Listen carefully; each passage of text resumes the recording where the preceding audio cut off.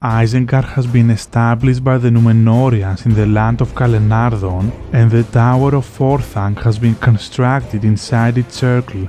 After millennia of being in the authority of Gondor, the Dunlendings, neighboring enemies of Rohan, have seized the fortress for themselves. After decades of raiding and harassing the Rohirrim, they are driven out of Isengard by Frealaf, the 10th king of Rohan. Now being free to be populated by the free peoples again, Isengard is about to receive an unexpected visitor. Today, we conclude the history of Isengard. After his arrival to the Heathen lands, Saruman the White, the chief of the Istari, embarks on many travels in the lands of Middle-earth. During the third millennium of the Third Age, he returns from one such journey in the east and visits Minas Tirith. There, for long years, Saruman studies the scrolls and books of the White City. Through his investigation, he learns of the Palantír that is still kept in Orthanc and requests its keys from Beren, the steward of Gondor. The Orthanc stone appears to have been at this time long disregarded by the stewards. It was no longer of any use to them and was secure in its impregnable tower. Isengard remained a personal possession of the stewards, but Orthanc itself became deserted, and eventually it was closed and its keys removed to Minas Tirith. If Beren the steward considered the stone at all when he gave these to Saruman, he probably thought that it could be in no safer hands than those of the head of the council opposed to Sauron. Saruman had no doubt from his investigations gained a special knowledge of the stones, things that would attract his attention, and had become convinced that the Orthanc stone was still intact in its tower. Hence, in 2759 of the Third Age, Saruman offers to move to Isengard and from there to aid the free peoples against Sauron. Beren, the steward of Gondor, and Frealaf Hildesan, the king of Rohan, welcome him with open arms, as their realms have suffered much from war and the long winter. It was at the crowning of Frealaf that Saruman appeared, bringing gifts and speaking great praise of the valor of the Rohirrim. All thought him a welcome guest. Soon after, he took up his abode in Isengard. For this, Beren, steward of Gondor, gave him leave. For Gondor still claimed Isengard as a fortress of its realm, and not part of Rohan. Beren also gave into Saruman's keeping the keys of Orthanc. In this way, Saruman began to behave as a lord of men, for at first he held Isengard as a lieutenant of the steward and warden of the tower. But Frealaf was as glad as Beren to have this so, and to know that Isengard was in the hands of a strong friend. A friend he long seemed, and maybe in the beginning he was one in truth, though afterwards there was little doubt in men's minds that Saruman went to Isengard in hope to find the stone still there, and with the purpose of building up a power of his own. There can be little doubt that Saruman made his offer in good faith, or at least with goodwill towards the defense of the West, so long as he himself remained the chief person in that defense and the head of its council. He was wise and perceived clearly that Isengard, with its position and its great strength, natural and by craft, was of utmost importance. Soon the valley of Isengard is known as Nan Kurnir, the Valley of Saruman, or the Wizard's Vale. Almost 200 years later, in 2953 of the Third Age, the White Council meets for the last time. Soon Thengel, the father of Theoden, returns from Gondor to rule Rohan. Shortly after, Saruman ceases to cooperate with the wise, and without any formal declaration, he seizes Isengard as his own domain and pays no further attention to Gondor. Certainly after the last White Council, his designs towards Rohan, though he hid them, were evil. He then took Isengard for his own and began to make it a place of guarded strength and fear, as though to rival the Barad-dûr. His friends and servants he drew then from all who hated Gondor and Rohan, whether men or other creatures, more evil. Saruman then declares himself as the Lord of Isengard and begins to give trouble to Rohan, encroaching on its borders and supporting its enemies. Around the year 3000 of the Third Age, Saruman dares to use the Palantír of Orthanc for the first time, but he becomes ensnared by Sauron. It is during this time, or even some years earlier, that he starts mastering orcs in muddy pits, tunnel within the ring of Isengard. Learning some ancient secrets of Morgoth, the first Dark Lord, Saruman produces new breeds of orcs. Saruman rediscovered this, or learned of it in lore, and in his lust for mastery, committed this, his wickedest deed, the interbreeding of orcs and men, producing both men-orcs, large and cunning, and orc-men, treacherous and vile. The wizard also puts men to guard Isengard's gates. Almost 20 years later, during the War of the Ring, Saruman summons Gandalf to Isengard, who comes to meet him on the 10th of July 3018. The corrupted wizard demands that the great pilgrims submit to him. Gandalf denies him, and so Saruman imprisons him atop the pinnacle of Orthanc. They took me and they set me alone on the pinnacle of Orthanc, in the place where Saruman was accustomed to watch the stars. There is no descent, save by a narrow stair of many thousand steps, and the valley below seems far away. I looked on it, and saw that whereas it had once been green and fair, it was now filled with pits and forges. Wolves and orcs were housed in Isengard, for Saruman was mastering a great force on his own account, in a rivalry of Sauron, and not in his service yet. Over all his works a dark smoke hung, and wrapped itself about the sides of Orthanc. I stood alone on an island in the clouds. After more than 2 months later, on the 18th of September, with the help of Gwaihir, the Great Eagle, Gandalf escaped from Orthanc. 2 days pass, and the Witch King with the other Nazgûl arrive at the gate of Isengard. They have been sent by Sauron, who is seeking information from Saruman, believing that the White Wizard has discovered the location of the One Ring. The circle of Isengard was too strong for even the Lord of Morgul and his company to assail without great force of war. Therefore, to his challenge and demands, he received only the answer of the voice of Saruman that spoke by some art as though it came from the gate itself. Saruman informs them that Gandalf is the one who knows the whereabouts of the ring, and he prompts them to search for him. Due to the power of the voice of the wizard, the Witch King does not question his words, and he departs from Isengard.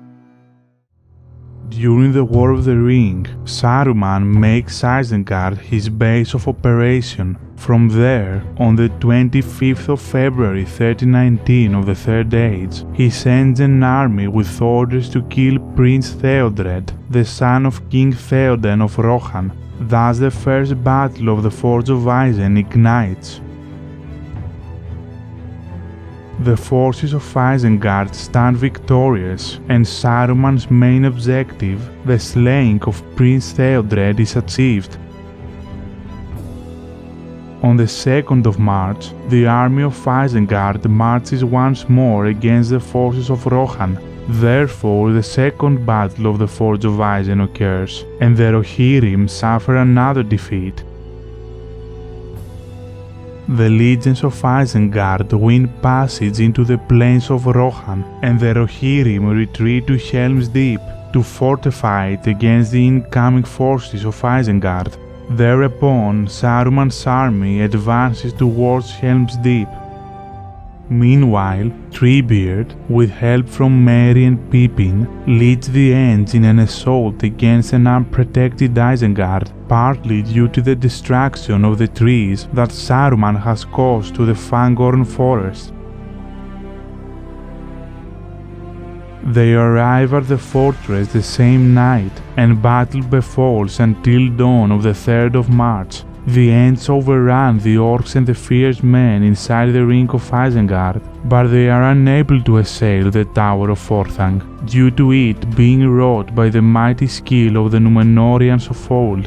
After the successful siege, Treebeard, along with the Ents and Huorns, starts digging great pits, and they make great pools and dams, gathering all the waters of the Isen River and every other stream that they can find.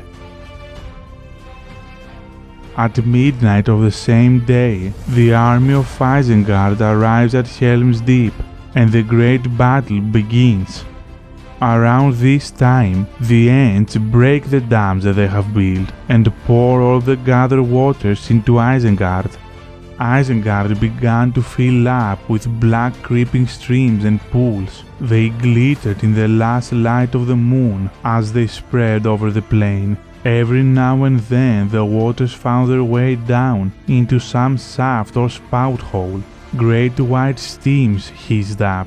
Smoke rose in billows. There were explosions and gusts of fire. One great coil of vapor went whirling up, twisting round and round Orthanc until it looked like a tall peak of cloud, fiery underneath and moonlit above. And still more water poured in, until at last Isengard looked like a huge flat saucepan, all steaming and bubbling. The Ents kept on pouring in more water, till all the fires were quenched, and every cave filled. The Ents stopped the inflow in the night, and sent the Isen back into its old course, and that was the end of it all. At dawn of the 4th of March, the forces of Isengard that are besieging Helm's Deep suffer utter defeat. Thus Saruman is left in Isengard without an army, and with his territory having been destroyed by the Ents.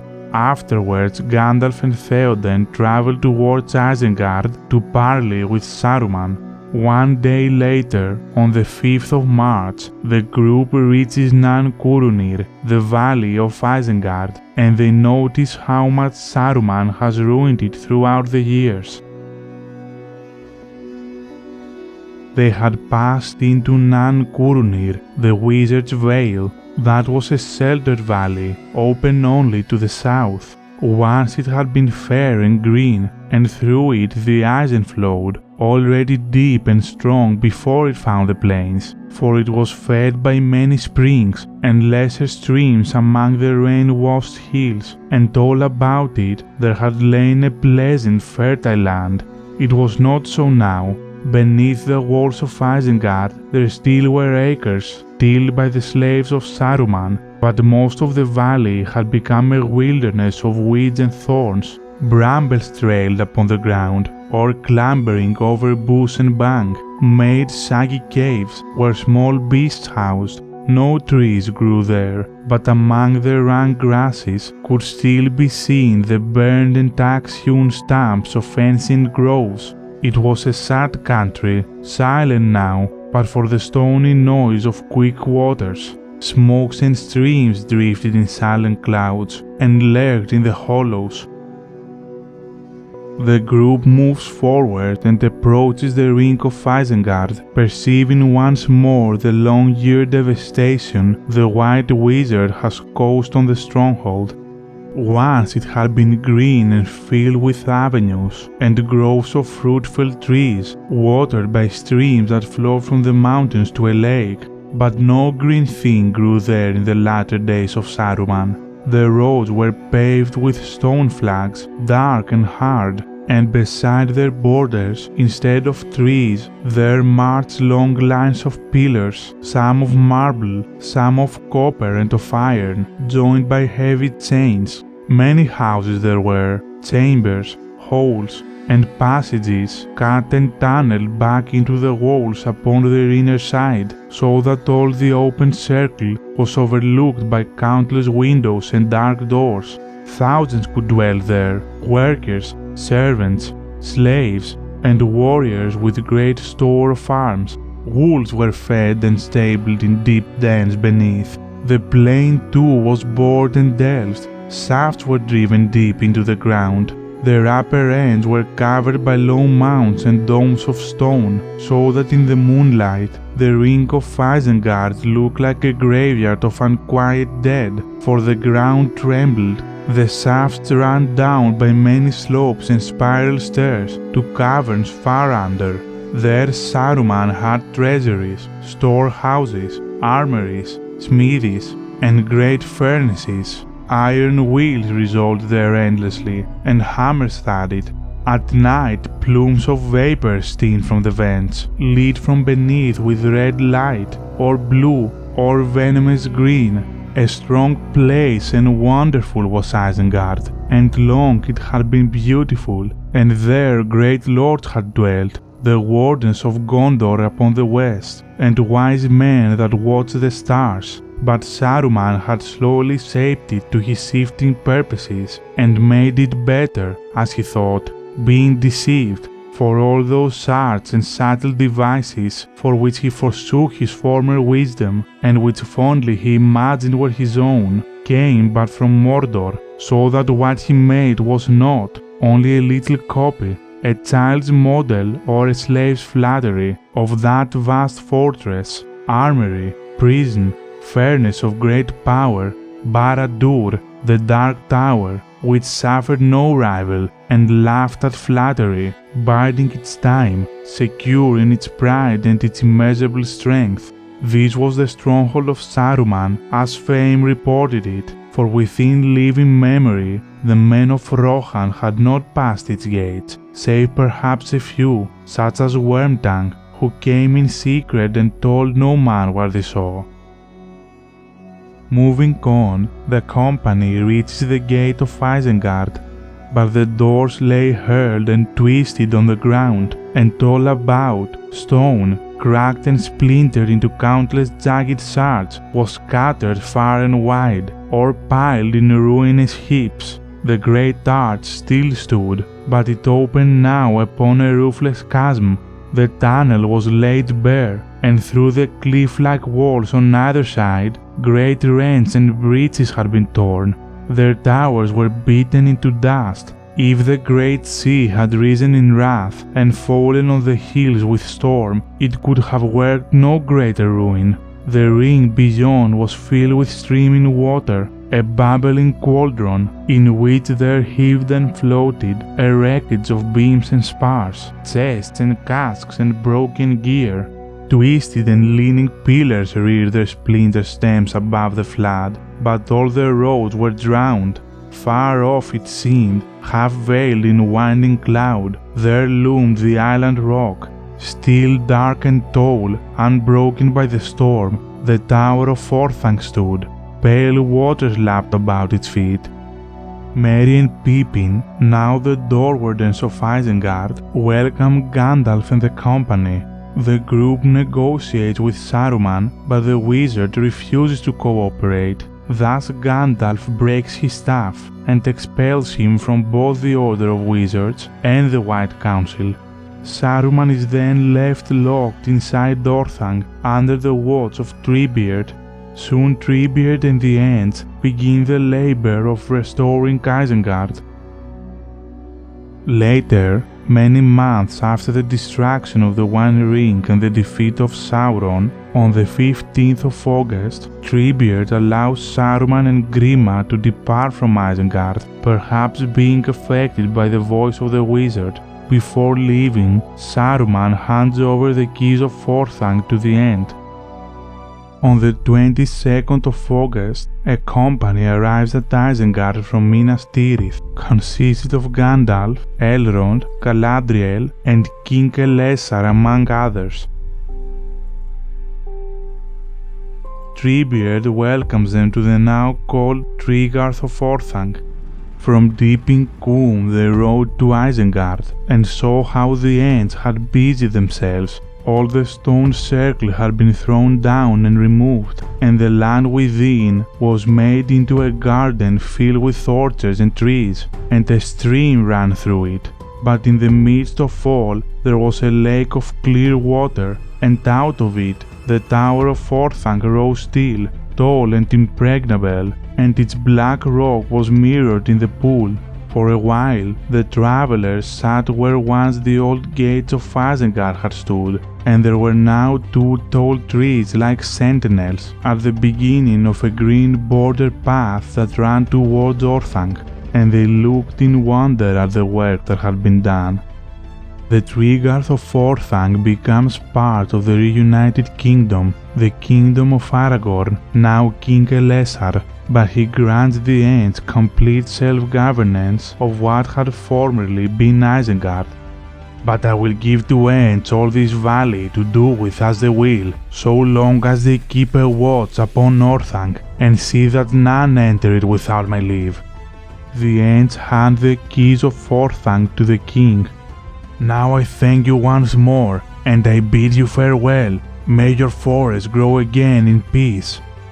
After so many terrible things that Isengard had suffered throughout its long history, in the end, under the province of Treebeard and the Ents, it becomes one of the most beautiful gardens still remaining in Middle-earth. Thank you so much for watching. We'll see you in the next one on My Govanen. Namarie.